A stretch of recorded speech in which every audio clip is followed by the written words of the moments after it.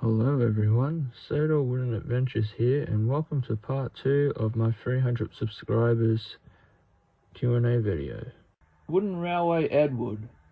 His first question is, how long do you think you'll be on YouTube or be active in the community for? I plan on being active on YouTube and in the community for as long as possible, really.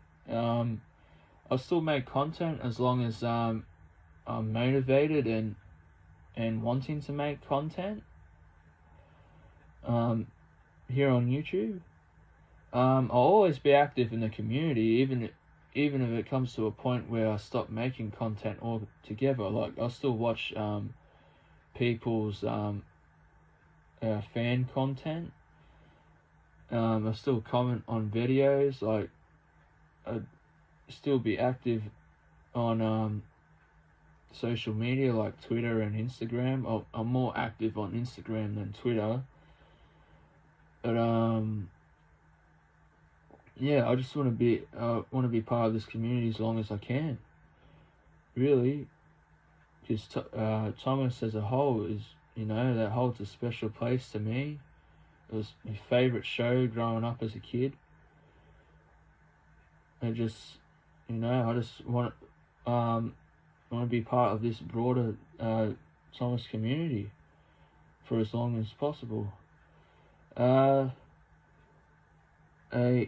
Wooden Railway Edward's second question is, favorite fan-made series?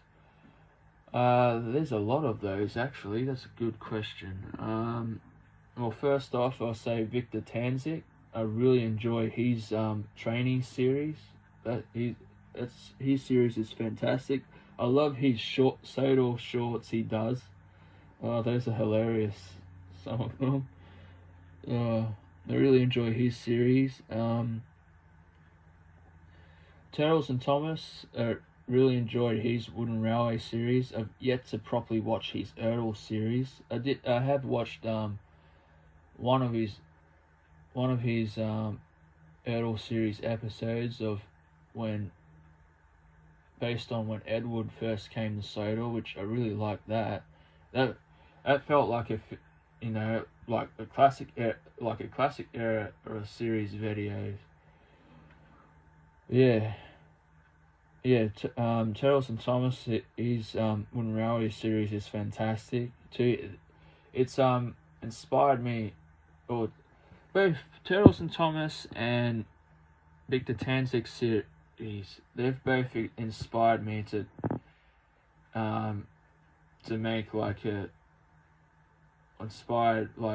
my series. Like, I kind of want to make a series in the war period, to tell the stories that Mattel and Hit Entertainment never wanted to tell. Really, is what I want to do. Like, I want that in with the classic episodes that that I may eventually make remakes of, that would be canon in my series. And then, or even if, say I take a classic episode like Training's King James does, that's another fan-made series that I'm really a big fan of. I really like how he takes the classic episodes of the Model Thomas series, and he goes and makes it his own, still keeping to the source material, but he goes and makes it his own. That is something I would love to do for my series as well, because I remember right now, a few years back, probably 10 seasons out of episodes, but though I felt like, man, if I make these, people are just gonna comment going, oh, you're not original, you're just copying off this show, you're not making any actual new original content, etc. I just got really inside my own head when it came to that. like I even changed the names of the titles, and they just sound too similar or like too lame. Really, just like I don't know. Just for an example, James and Gordon or like that. Like I know in the television series they've done that, and I know other fan made series they do that too. Like I don't like. I'm not against it. Like like say an episode's like Percy and Toby or whatever. But it seems like it just feels like I don't know, like a lazy title. But I don't know if like I'm not gonna say I'm not gonna have an episode titled like that, but I know it's hard to come up with episode titles really, and all content creators are probably all in agreement there, unless you're someone who's a creative genius that just have ideas keep rolling and rolling off the back of your head. But I'm not one of those people, unfortunately. Like I just struggle just to come up with an episode really. But watching Victor Tanzik's one of his Q&A videos recently, I don't know, it was part 1 or 2. Like he just lit a light bulb off in my head. I'm like, I don't know how I never thought of this before, but for his series, he pretty much says like, first he comes up with an idea, he writes that idea down, and then whenever he has other ideas, he writes them down until he eventually gets like a full story. I feel like that's a really good structure to making your episodes. That's something like I'm gonna implement in making my episodes. Like whenever I got an idea or something I think that's good in my head, I'll write that down, and then a bunch of other ideas until I eventually get a story I'm happy with. Like I know other people got their ways of making episodes, but I feel like that's a really good structure to go off. Like especially if you're first starting out. Like I know I made an episode 6 years ago, like called Thomas's First Day. That episode really is a pilot. I'll say this here. That's basically a pilot episode. Like when I make a series, like that episode's not gonna be canon, and that's not gonna be like remade or any. Or if I remake it, it'd be like on the floor, on like in my bedroom on carpet or whatever. Like I may remake that episode again, like so it looks the same to the rest of the series, because that pilot episode now that was made in my garage, and then I realized you watched my first few videos 6 years back now. I realized the garage was not a good place to make a Thomas series, because my garage, like when it rains, like water gets in, and then you have everything that just gets into the garage, like spiders and whatnot. It's just not a very good it just was not a very good convenient place to be filming Thomas content, really. But yeah, other favorite fan made series, Enterprising Engine 93, Thomas Run Railway. Both of those two guys series, they were the first two people, or Percy number 6 as well. Those three were the first three users that I watched when I first started watching Thomas, or when I first discovered that there was a Thomas community out there.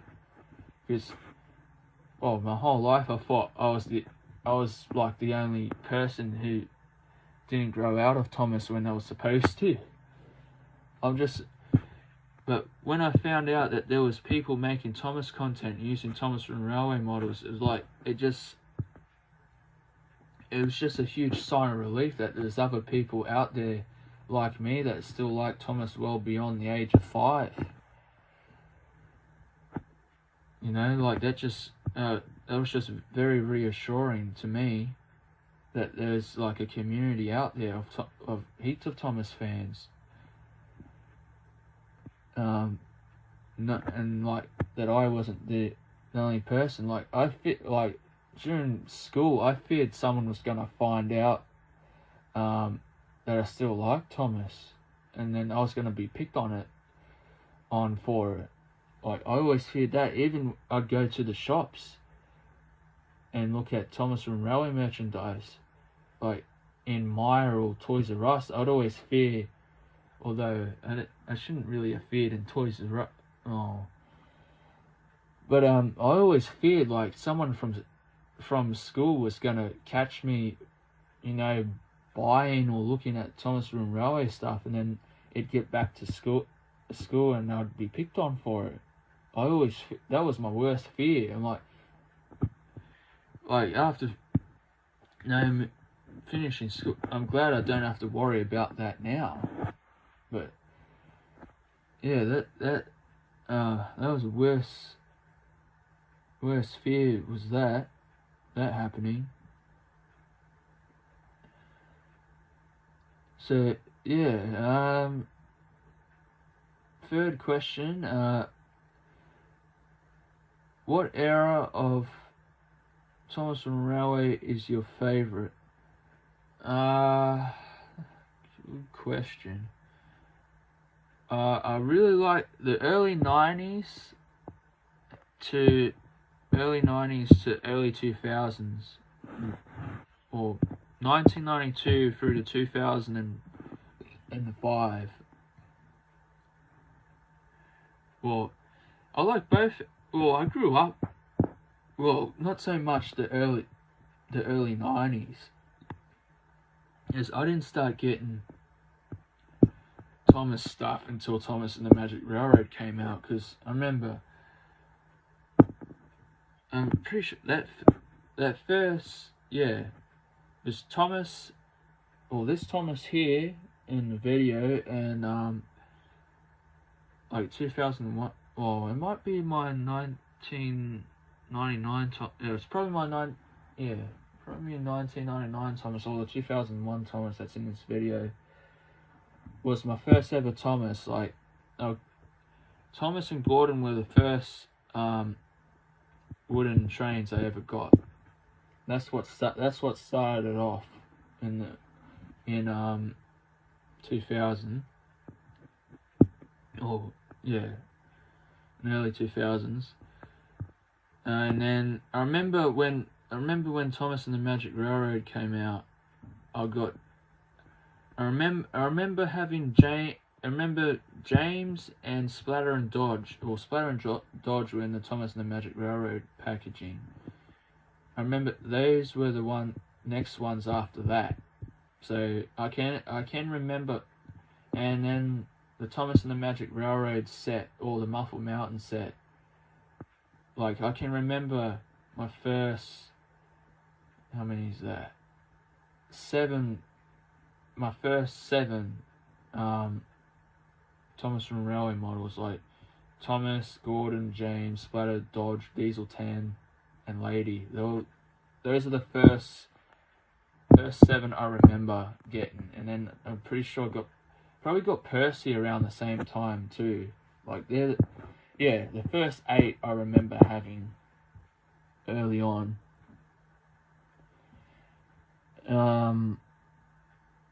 So yeah, like, you know, the 1992, like, as I've gotten older, I really appreciate the early 90s to early 2000s. That era of Thomas and Railway is just classic. That'd probably be, to answer your question, that'd probably be my favourite era. In all honesty, like, it just had so much variety of stuff. And then over the years, like, I just wish I reckon when they brought stuff out each year, they should have kept it. They should have just kept making like all the stuff you're on. Like, especially some of the track pieces. Like, hell, this turntable that's in this video. Like, I didn't even know it existed until as a kid. I never owned it as a kid. I didn't even get my first one of this until last year. So, but yeah, like, I didn't even know it existed until probably like 5 years ago. But I'm glad I have it now, and a lot of the other classic Thomas stuff I've gotten, like, no, you grow like growing up, I only knew like so or whatever my parents were like, you only knew what your parents got you as a kid, really. Did you too? Just growing up, too young to know what everything that there was that available, unless you were old enough to have grown up in that time period. Like, hell, if all the classic stuff from 1992 to 2005 was out now, hell, I'd be trying to get everything, or I'd have everything. But yeah, they should have, like I said, the track pieces like this turntable, for instance, and the free parallel tracks and other pieces like that were released earlier on, like even the troublesome brake vans and the old like, I know they made the giggling troublesome trucks that was like, more to the television series. Though earlier on we did have, well, in the earlier series it was just like it wasn't like a proper face, like as we got in season 5 on the troublesome trucks. But it would have been nice had they had like a lot of the stuff had a longer run, like Ellsbridge Station and Ellsbridge Platform. That should have been released every year. Like, they should have been released every year, and then they could have made a really good set, like, of Ellsbridge Station, like with the platform and like the pedestrian overpass thing. They could have made a really good set of that. I'm surprised that Learning Curve never thought of that. Like, because we only just got the platform and the station separate. But yeah, there's a lot of stuff that they should have had, that like they should have never gotten retired until, like, the Thomas brand got changed to Thomas Wood. But yeah, like, that's my opinion on that. Question 4: what was the reason for your 6-year-long hiatus, and why did you come back? I pretty much addressed that in my first video, or my channel update video that I uploaded last year. I pretty much explained that.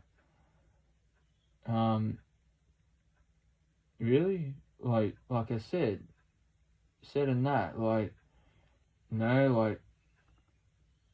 well, I had school that always got in the way. That took up a lot of my time, like, back then when I first started the channel, because I was still in school then. And like, eventually got a job once I finished school, and then I ended up getting a really bad, although I already had a bad medical illness. I was already diagnosed before I started making my channel, or 2 years before I started making my channel. But my medical illness I have just got progressively worse in 2014, like, and then 2015 I actually had to have an operation because of it. It just gotten so bad, and and even the making of this video, I was just in hospital just earlier this week because of it. Like, I'm okay now, but yeah, medical illness, which I won't say what it is because I'd like to keep that private. That's a major thing that has stopped me, really. Like I've been pretty I was pretty healthy last year, and then we had a hell of a lot more time to make stuff with you know, the whole everything that's going on in the world right now with all the lockdowns and everything. And then, you know, just seeing how bad the Thomas franchise as a whole, like, has gone. Like, and then getting over, you know, getting over major battles of depression and anxiety that I suffered from too. Like, I was like really bad at a stage during those that 6 years I was off.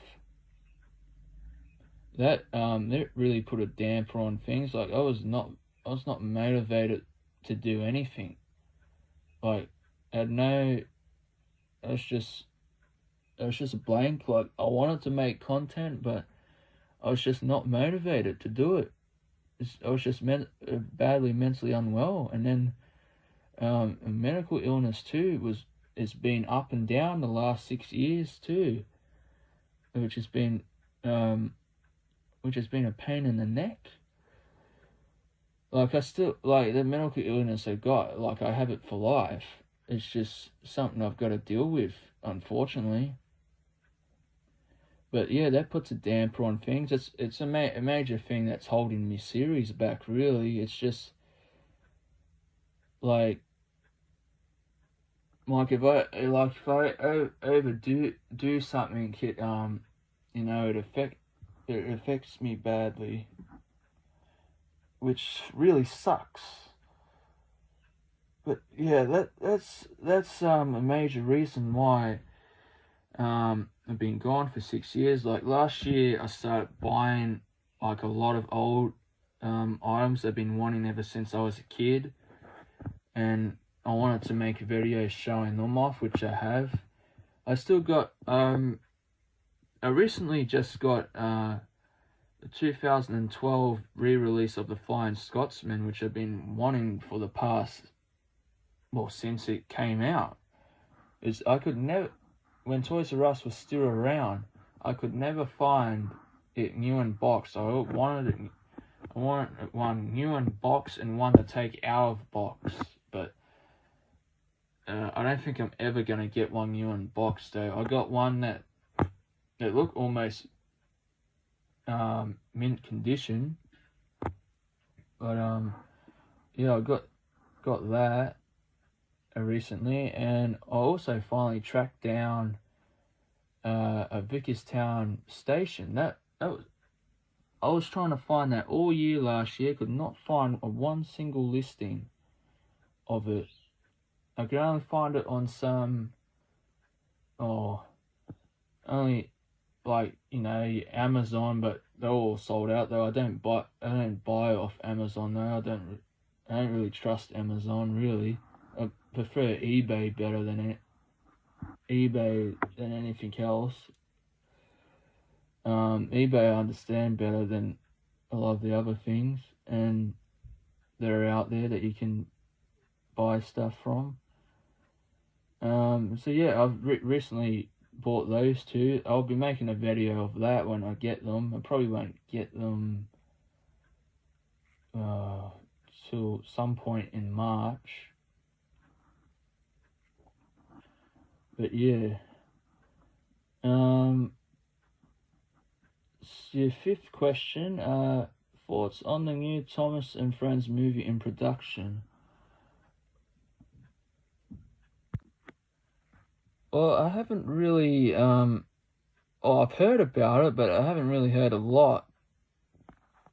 in regards to that, I know they were supposed to release a movie going back to when Days of the Diesels came out. And that's going back a decade now. That it was supposed to be a live action movie. It's kind of like what Thomas and the Magic Railroad was. And funny thing too, I only just found out the other day on Twitter that apparently there was a planned sequel for Thomas and the Magic Railroad. I wish that could have happened. That would have been great. That's something I want to make on this channel. A sequel to Thomas and the Magic Railroad. I just hope with that movie, like, I hope in one way it is live action. I hope they go back to the model format. Or it'd be even cooler if they used real life locomotives. Though I know that'd be like a very expensive movie to make. But that would be really cool if they did that using like real life locomotives in like a real life movie setting. But I just hope it's core to what Thomas and Friends means to everybody, and like what it meant to a whole generation of kids, like myself included. I just hope the movie's good. That's all I'll say. When is that movie actually supposed to be coming out? If you could tell me in the comment section below, or anyone else who knows about it, because I'm not that familiar with the newer one. I'm guessing Mattel are making that. Wooden Railway Edward's last question. What is the worst design learning curve item? And he finishes that off with, congrats on 300 subscribers. Well, thank you, Wooden Railway Edward. No, worst design. Oh, I don't know. I don't think I have. I don't think I have one that's a worst design, really. Like when Learning Curve had the license, that was such a classic period in time. I don't think there is a model I dislike. Like I was just appreciated that a character was made in Wooden Railway form. Really, there's never like one was just like, oh, that just looks awful. Like, why did they make that? But I know Luke's model that came out, or the later models, like some of these narrow gauge engines they've made like later on, and just even engines that should be larger, like Ryan's Wooden Railway model, he should be the size of Arthur and width, really, or the size of width, I think. Like, he should be that length. And like, you got Thomas Wood models now, like, they shorten them all the time. They're not the right size. Like, a perfect example is Anthony. He should be the size of Daisy and Boko. Like, I'll say this: the Thomas Wood ones are the worst designed, and Luke's, like, some of the last, I don't know if Luke, I think Luke was a Mattel, or he might have been Tomy. I think he might have had a Tomy model. I know he definitely had a Mattel model, and the Mattel model was not any better. But it just had this weird. The Mattel one has a weird looking face too. But yeah, Luke, Ryan, and the Thomas Wood ones, they're the ones I don't like the most. As for Learning Curve, there's not really one I can think of off the top of my head. Okay, we move on to Andy Harlson, if I said that last name correctly. I apologize if I've said that wrong. His first question is, what got you started making a YouTube channel? Well, what got me started making a YouTube channel was watching Kikri 24, Thomas from Railway's Wooden Railway series, and Enterprising Engines 93 series, and Percy #6. They're all the three that inspired me to wanting to make a YouTube channel. Favorite Thomas from Railway item in your collection? Oh, that's a good question. There is a lot of favorites I have. I really like me German version of the Cosbury station cargo truck. I really like the mail coaches and just the classic grey troublesome trucks and the troublesome brake fans. And the 2000 version of Lady. Those would be my favorites in my collection. Least favorite Thomas from Railway item, that would be Luke and Ryan's Thomas from Railway models. Question 4, what other shows do you watch? I'm really big on supernatural stuff, like I'm really big on Buffy the Vampire Slayer, Angel, Young Dracula, Addams Family. Well, not so much Addams Family. I am a fan of it. Big Bang Theory. I like me Futurama and Simpsons, though I don't watch them as much now. I recently not long finished binge watching Power Rangers SPD before Netflix stupidly took it off, because that's my favorite Power Rangers series of all time. I just wish I could have watched the early 2000s series too that I grew up watching before they took it off, but I ran out of time to do that. Really like the live action Ninja Turtle series too. That's one of my favorites. Big fan of the Degrassi series. Like, I feel like they're good. That helped me during a bad time when I was mentally unwell. That helped me get through a lot. Buffy was a big thing too that helped me through a dark period of my life. Charmed, though I've got to properly watch the whole series of that. I've got the box set of it. Really big on Vampire Diaries, that whole, and the originals and legacies as well. Home and Away and Neighbours, they're both Australian sitcom shows or drama series. I really like them too. That's basically what I watch. I don't really watch a lot of TV really.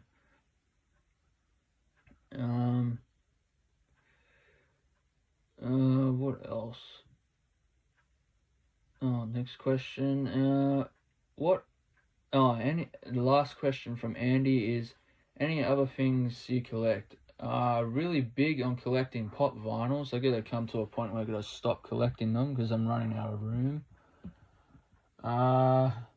Sometimes I buy the occasional Star Wars thing, though I've got more pop vinyls than anything for Star Wars. I'm really massive on Toy Story.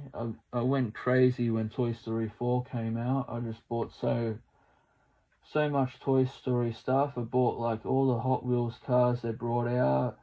I bought the Signature Collection, Woody, Buzz, Jessie, and Bullseye. I finally bought myself a Zurg. I never had one as a kid. I finally got one. I was so happy when I received it in the mail. It was everything I had hoped for and envisioned of what it would be as a kid. And I love it. But yeah, occasional DVD collector too. Like sometimes I buy the occasional movie. as well. And that's pretty much it, really.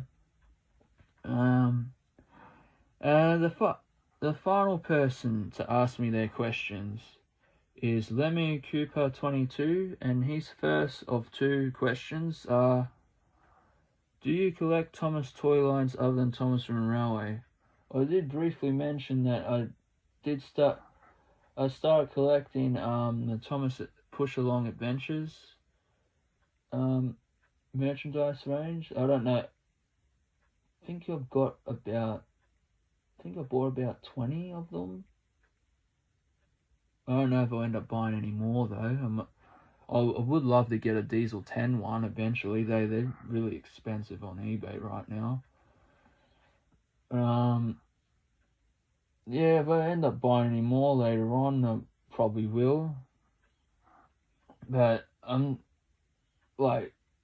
it doesn't worry me if I end up collecting any more. Not really. I just thought they were cool, so I just picked them up. They're fairly cheap anyway.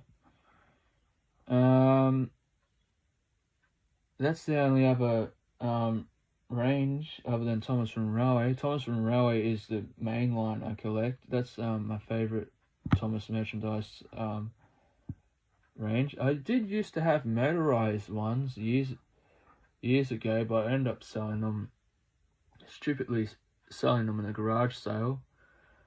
I wish I kept them now. And the final question in this very long Q&A video from Lemmy Cooper 22 is: who do you think the best Thomas the Tank Engine is?